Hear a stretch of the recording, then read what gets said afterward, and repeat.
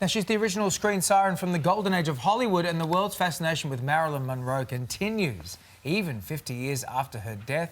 And fashion photographer Milton H. Green famously shot the actress on many occasions during her short life, and the two became close friends. Now, never-before-seen video footage that he filmed of Marilyn has been shown to the public for the first time in an exhibition called Some Like It Hot. Timothy White is the curator and he joins us now.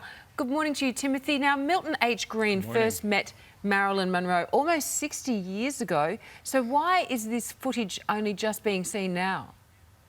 Well, I'm a part owner in a gallery that represents celebrity photographers who photograph musicians and actors. And we decided to do this exhibition of Milton's work. And then I found out through looking at the images and talking with the archivist, who happens to be his son, that there was this footage that he had shot of Marilyn, that he had just taken almost his home movies with his 16mm camera when they were together, either on movie sets or on his sets or in different places, and that there was this collection of imagery that we could show alongside the photographic exhibit. And that footage is incredibly personal as well. It shows a video from Marilyn's wedding to playwright Arthur Miller in 1956, which really shows a different side. We never see her this candid. Yeah, it's true. I mean, in so many of the images, and there's a lot of different clips that are put together, you can just tell that she's comfortable with the photographer. She's not on for the camera necessarily. She is just there, and Milton Green happens to be her friend who happens to be photographing her. And so there's a different side of this icon, this very mysterious woman, that seems sort of wonderful. Amazing footage. So Green was allowed onto movie sets with Marilyn, and a lot of his work was shot there. Is it true that they were quite inseparable?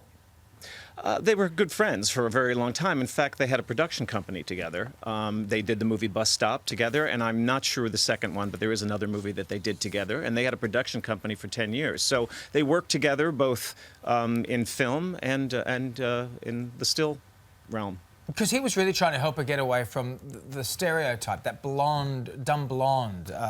He was trying to help her do that, wasn't he? Well, I'm not so sure about helping her for that particular reason, but they were friends, and he supported her, and she was his muse. They worked together constantly. In fact, her son, Joshua, who represents his father's archive, remembers her babysitting him when he was a child, because she was at their house all the time. There is a photograph from the exhibition. It's one of Green's most famous of Marilyn, but the shoot wasn't quite as effortless as it looks in the pictures, was it? I'll be honest with you, I'm not quite sure of what went on during the shoot itself, but I do know the results are unbelievable. And a big part of the time they spent together was at Milton's house, where he had a studio, a barn, and so many of the photo shoots were done there, including the famous black session, which is that black background session you might be referring to. Yeah.